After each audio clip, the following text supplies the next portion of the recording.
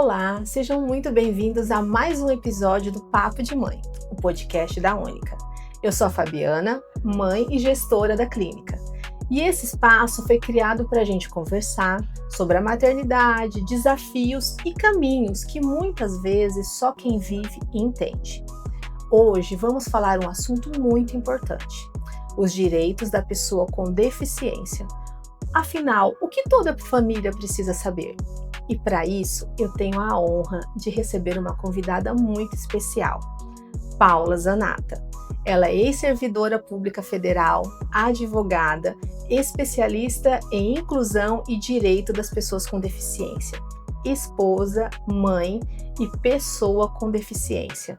Alguém que vive na pele muitos desses desafios que vamos conversar hoje. Seja muito bem-vinda, Paula, é uma alegria te ter aqui com a gente. Eu já apresentei oficialmente a Paula, agora eu preciso apresentar extraoficialmente. A Paula é minha amiga de longa data, longuíssima data, né? E eu tenho uma honra de compartilhar e fazer parte da trajetória dela. Muito obrigada por ter vindo aqui. Agora eu quero saber como você se apresenta. Eu sou a Paula esposa, a Paula mãe, a Paula ex-servidora, agora a Paula advogada. Mas antes de tudo isso, eu sou a Paula com deficiência, uma pessoa com deficiência, que encontrou nas oportunidades ferramentas para mostrar que a deficiência não limita os nossos sonhos. Paula, parece meio clichê eu te fazer essa pergunta, né? Mas eu quero entender se teve um marco zero que você falou, não, foi esse o motivo que me fez buscar o direito e buscar realmente me especializar nessa área. Conta para mim se teve aquele dia que você fala, não, é isso.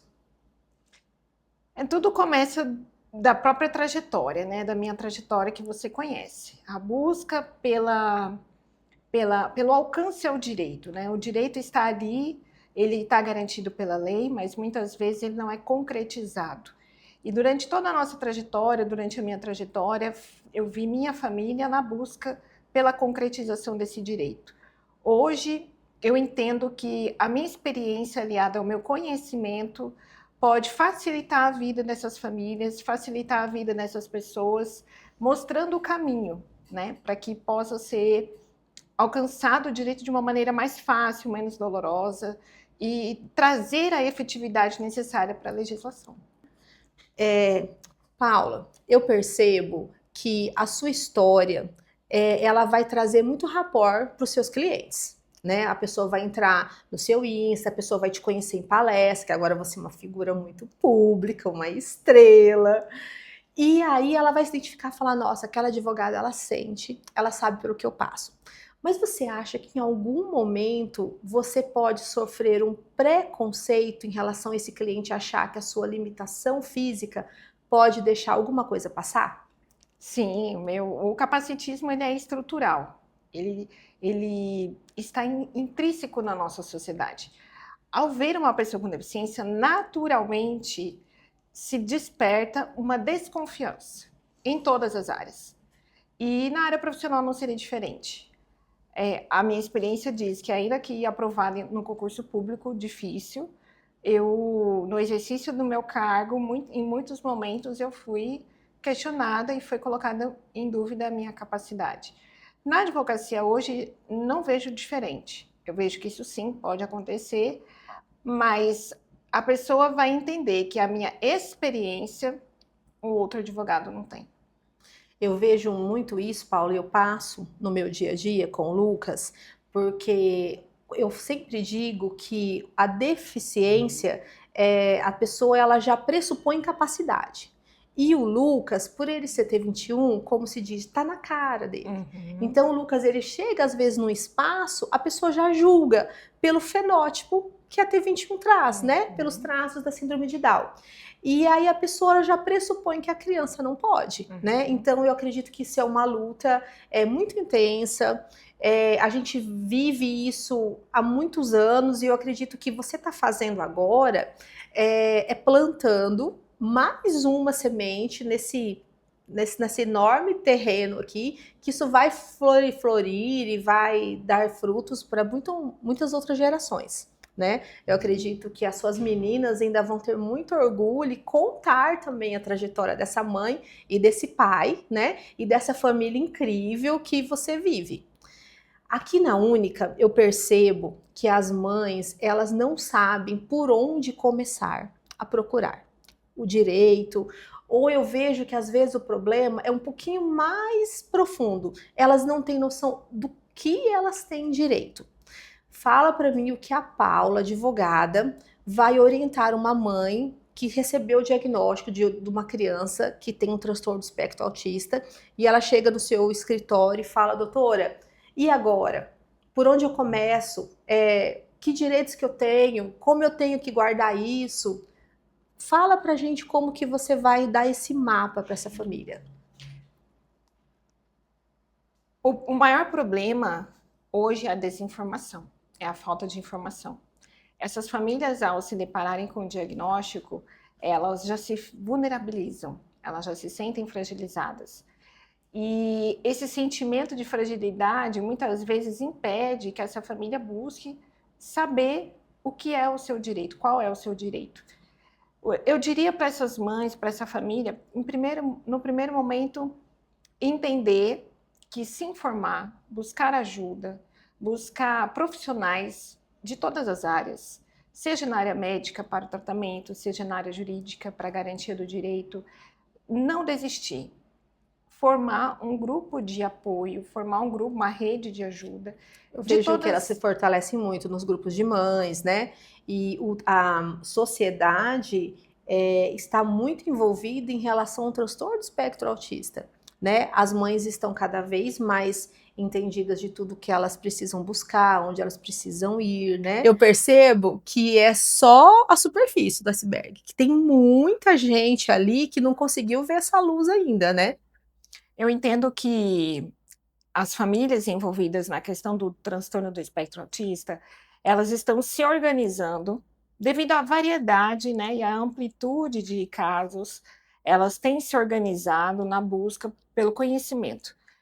Por ser uma coisa rara, entre aspas, a equiparação do transtorno a uma deficiência é rara, é recente, e isso faz com que tudo seja novidade.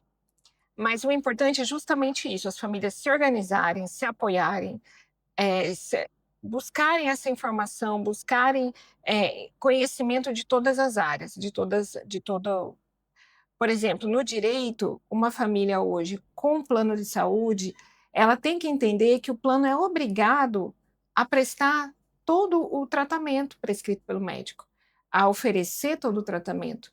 Já aquela família que não tem um plano de saúde, o SUS também é obrigado. Então, Paula, você falou uma coisa muito importante. E por onde começa para acessar o SUS? Como é essa via? Conta um pouquinho pra gente. O SUS, ele precisa dos encaminhamentos. Isso vai variar de município a município. Então, você tem que ter primeiro um diagnóstico na rede pública. Esse diagnóstico vai criar um encaminhamento para os demais profissionais. No caso, a família ela não pode buscar um médico particular para dar Ainda isso? que ela apresente um laudo particular, muito provavelmente ela será submetida a uma avaliação de um profissional da rede pública. Ah, entendi. Porque eu vejo uma realidade aqui de famílias esperando 3 anos para uma consulta com o neuropediatra do SUS. Então, isso é desesperador. E o laudo tem que ser do médico. A avaliação neuropsicológica não serve. Não vale. Entendi. Mas o importante é justamente buscar esse direito. Porque, por exemplo, a pessoa com deficiência tem direito a uma tramitação prioritária, tanto na esfera administrativa quanto na esfera judicial. Ah, entendi. Se essa criança está sendo prejudicada pela ausência de um laudo, ela precisa buscar uma assistência jurídica para que liminarmente seja determinada a realização daquela avaliação. Tá, é como se falasse assim, calma, você tem prioridade. Exatamente. Né? Busca ajuda, então assim, busca um profissional qualificado que vai conseguir mostrar para essa família as barreiras. Porque eu percebo também, Paula, que esse dia a dia é tão intenso, ele é tão desgastante, que a família acaba, meu Deus, é muito longo esse trajeto. Exatamente. E acaba desistindo, né? Ontem mesmo eu atendi uma mãe que o filho tem plano de saúde, mas eles aumentaram a coparticipação dela e ela estava querendo ter informações a respeito desse aumento Uhum, da coparticipação. E aí eles estão aumentando os descontos no uhum. salário dela. E eu conversei com ela, entendi o caso e pedi alguns documentos. Mas eu percebi que a relação de documentos que a gente precisa colocar num processo assustou essa mãe. Uhum, Ela uhum. ficou um pouco assustada. Que ela falou: "Nossa, será? Meu Deus", né.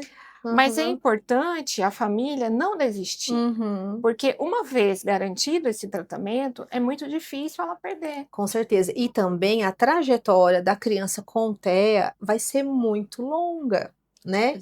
Essa Exatamente. família não é uma família que vai pagar uma terapia por 1 mês, 2 meses, e não são crianças que precisam de terapia uma vez na semana, são crianças que precisam de uma carga de terapia extremamente intensa. Então, uma vez buscado, né, esse direito, a criança vai conseguir. E me tira uma dúvida de mãe, uma sentença pode ser derrubada? Sim, se não for transitado em julgado, sim. Mas e depois disso não? Não, Não, não. entendi. Aí é preciso buscar o cumprimento dessa sentença, não é Aham, algo automático. aham. Após o trânsito em julgado de uma sentença, a parte vencedora ainda precisa buscar o cumprimento dessa sentença, o que às vezes acaba atrasando um pouco Ah, a tá. concretização do direito. Uma coisa que você falou da família e que eu ouvi numa determinada palestra aí, que isso me faz refletir, a família quando tem um filho, quando a mãe engravida, quando ela, né, a família na expectativa daquele filho, ela tem a expectativa de um filho ideal. A gente estava falando isso no episódio anterior com a doutora Michele. A gente recebe o positivo, você já começa a pensar: menino ou menina, onde vai estudar, vai ser médico, vai ser isso.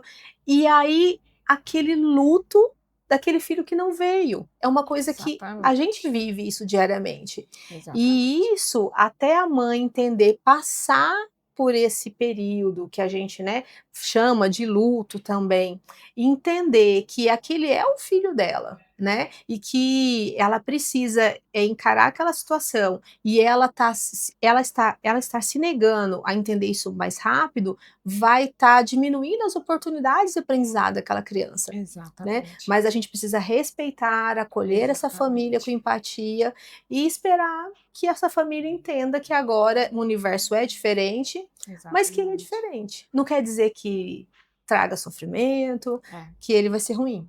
É por isso que eu vi no direito um instrumento para, eu não diria o alívio, mas eu diria a ajuda que essa família precisa. Porque diante de um diagnóstico médico, quando a medicina não traz a solução, muitas vezes se recorre ao direito, na busca por uma equiparação, na busca por uma igualdade que muitas vezes não vai ser alcançada de plano, totalmente. Mas o direito proporciona esse tratamento que vai trazer esse desenvolvimento à sua maneira. Sem o tratamento, como ficaria essa criança? Exatamente. Paula, falando de barreiras, falando de trajetórias, compartilha com a gente coisas que você já viveu de barreiras durante essa sua jornada, vamos pensar no mercado de trabalho, que a gente nem imagina. Quando a gente pensa no conceito de barreiras, muitas vezes a gente lembra das barreiras físicas. Uma rampa, um banheiro, mas essas são as menores, né? Exatamente. Nós vivemos numa sociedade que muito evoluiu nesses últimos 30 anos. Eu vejo que aonde não existe uma rampa, hoje já existe, aonde não existia uma vaga exclusiva para um cadeirante, para um idoso, hoje já existe.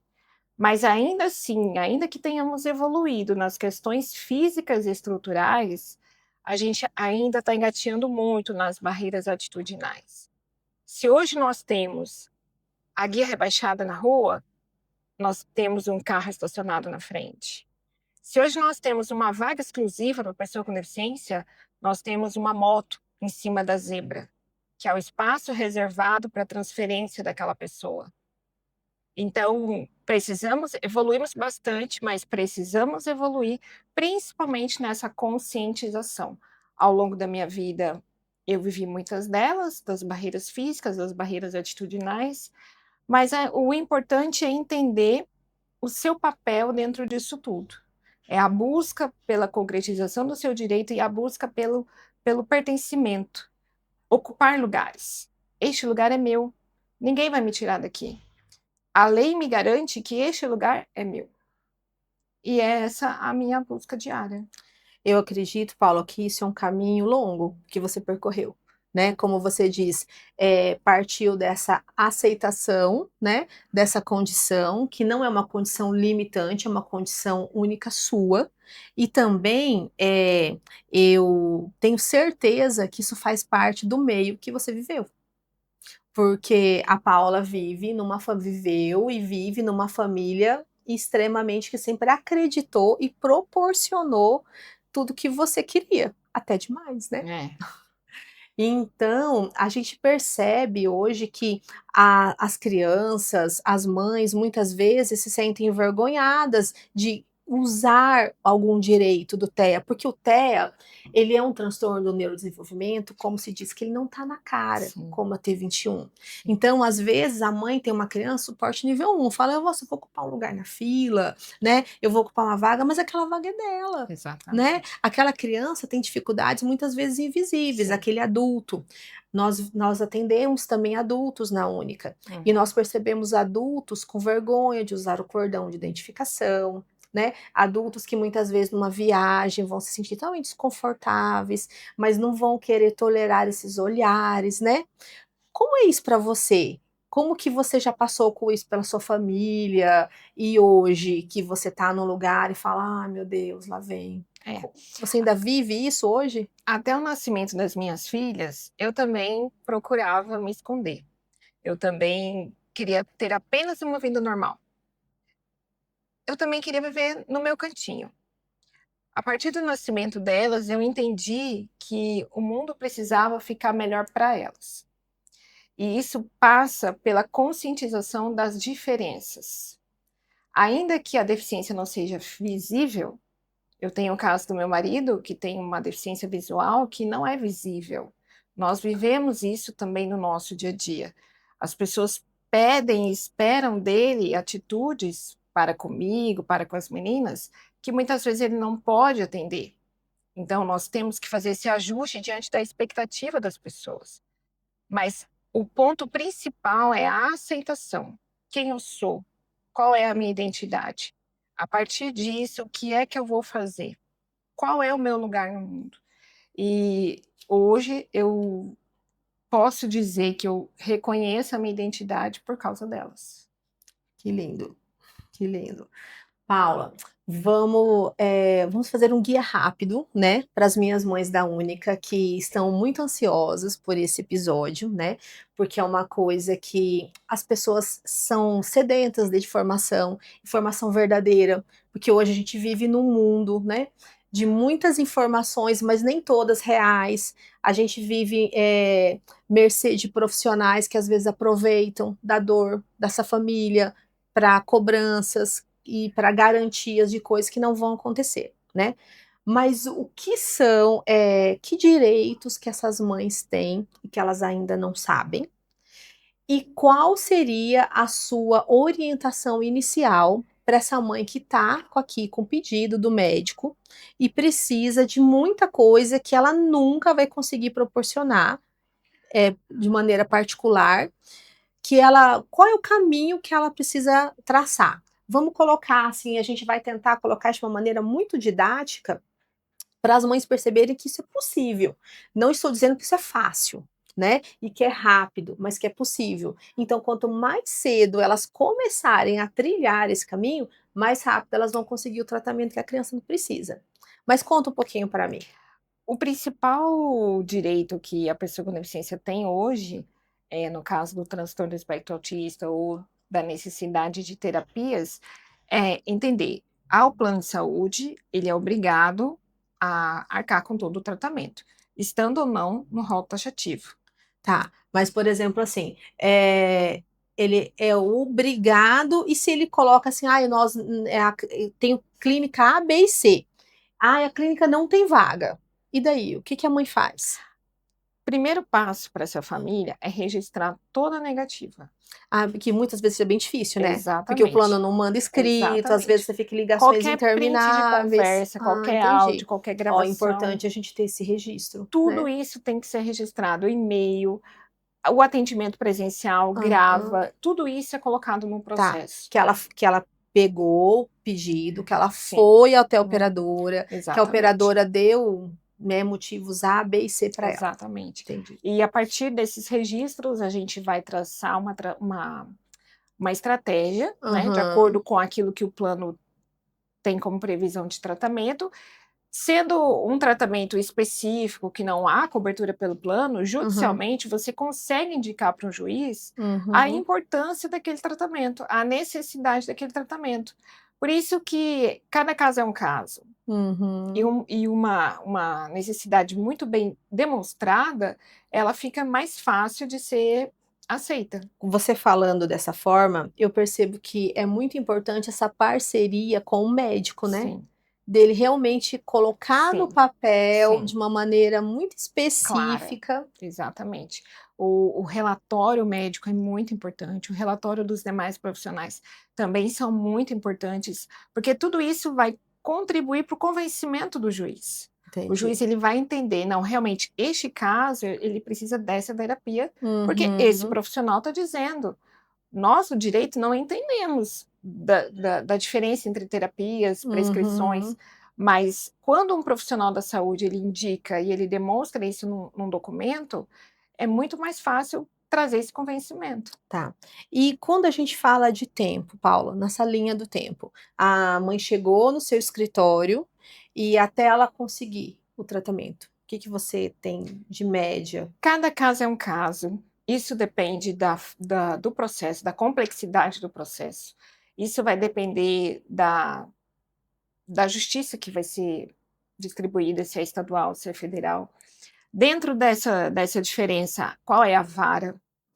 E a postura do próprio advogado. Se o Uhum. advogado ele traz uma postura ativa dentro daquela necessidade, com certeza o tempo vai ser menor. Uhum. Não adianta você protocolar um processo hoje e entregar e deixar lá. Tá. Aí depende da postura do advogado. São profissionais, né? Como sempre, são os profissionais, são as Que fazem a pessoas que vão dar o diferença. andamento por aí. Exatamente. Entendi. Paula, uma coisa que a gente ouve muito também, muita queixa e uma angústia muito grande da mãe, é quando há um descredenciamento da clínica que a criança estava, ou quando a mãe sabe que aquela clínica que tem a vaga do convênio não é o lugar ideal para o seu filho, né? Tem alguma solução? A mãe pode fazer alguma coisa nesse Sim, caso? dentro de um processo você consegue evidenciar os avanços e prejuízos da criança. Mais uma vez, com a prescrição, com o laudo dos profissionais técnicos. Tá. Mas você pode demonstrar para um juiz que uma criança foi prejudicada por uma medida administrativa. Aí é onde acontece, a pessoa com deficiência se prejudica por causa da burocracia. Qual é o nosso maior bem? A saúde. É o nosso maior bem, é a vida e a saúde. Tendo, então, uma garantia de que isso é a prioridade, isso tem que ser demonstrado no processo. Demonstrando isso no processo, você consegue reverter. Nossa, muito bacana. E isso é importante porque eu já vi casos de pais que desistem do tratamento, Sim, porque se veem sendo obrigados a sim, ficar em locais que, sim, que não vai valer a pena, que ele não vai entender a evolução dessa criança, né? sim. Eu acredito que esse bate-papo foi muito mais do que necessário, foi incrível você dividir o seu conhecimento conosco e você tenha certeza que você está fazendo um mundo melhor para a Helena e para a Alice. Eu não tenho dúvidas disso. E para todas as outras crianças e jovens e adolescentes e adultos que virão por aí. E eu quero que agora você deixe uma mensagem, tá? Para essa família que está desanimada, que já esbarrou com maus profissionais, que já perdeu a fé no jurídico, como diz você, no direito, que eu vejo o brilho nos seus olhos e como você acredita. Eu diria assim: aceitem o seu filho, amem o seu filho, busquem oportunidades para o seu filho. Acreditem nele. Se essa oportunidade vai ser propiciada por meio das terapias, não desistam. O direito ele existe. A nossa legislação ela é muito boa, ela é muito completa. Mas, infelizmente, nós precisamos dar efetividade ao que está prescrito na lei.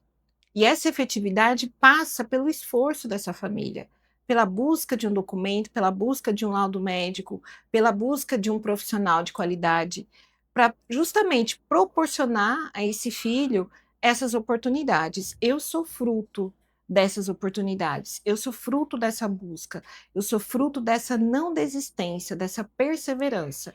E fica claro que a deficiência não é um limitador para os sonhos, não é um limitador para uma vida normal, para uma vida comum. Gente, o que que eu falo agora? Muito obrigada mesmo.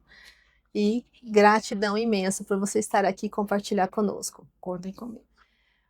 Obrigada por vocês estarem assistindo. Mães, a Paula, o escritório da Paula, ele é um parceiro da clínica e eu tenho certeza que a Paula vai responder todas as outras perguntas que vocês tiverem que agora parar para pensar, que vai vir na cabecinha de vocês. Obrigada e não percam o próximo episódio do Papo de Mãe. Obrigada.